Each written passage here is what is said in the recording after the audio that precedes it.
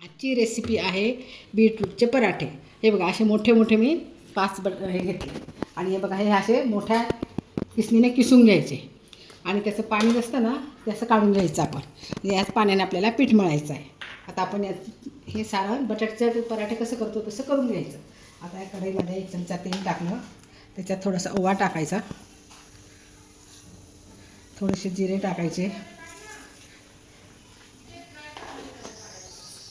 आता याच्यात आपल्याला हे 4-5 हिरव्या मिरच्या घेतल्या आहेत, कारण बीटरूट गोड असतं ना, तर हिरव्या मिरच्या तिखट असल्या का छान लागतात.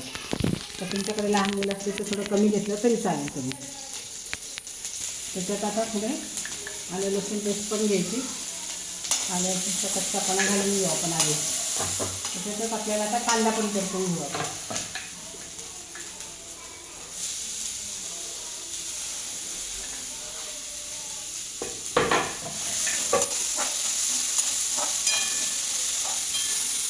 त्याच्यात थोडंसं मीठ पण टाकायचं आपण. बघा आले लसणाचा कच्चापणा पण गेला आहे आपल्या. आता याच्यामध्ये आपण थोडंसं तिखट टाकूया. मस्त नाही टाकलं, थोडं तिखट थोडी हळद टाकून देऊ. कोथिंबीर पण टाकू.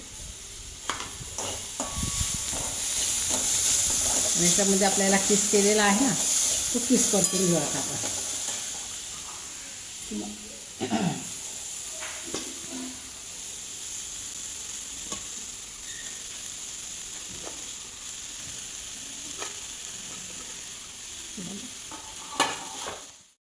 एक मोठा चमचा आपल्याला शेजवान चटणी टाकायची. नक्की शेजवान चटणी तुम्ही टाकून बघा, टेस्टी लागते खूप.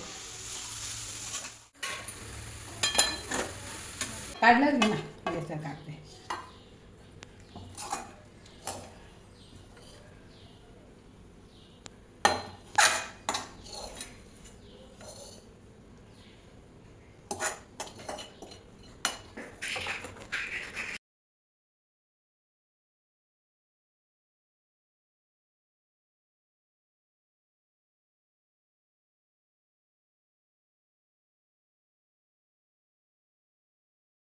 पीठ पण असं सॉफ्ट मळायचं एकदम, म्हणजे आपले पराठे फुटत नाहीत.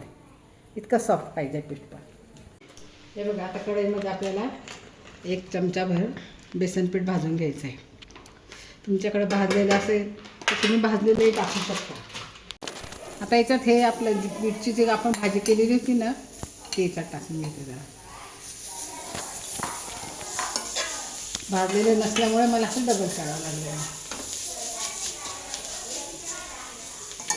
आधीच भाजून ठेवायचं आणि टाकायचं.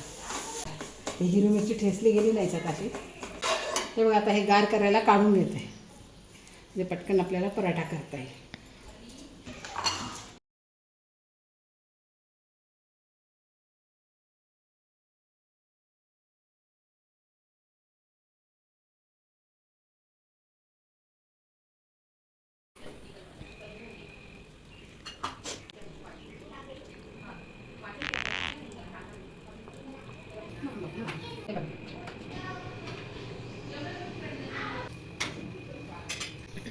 खूप छान खायला तेवढं टेस्ट.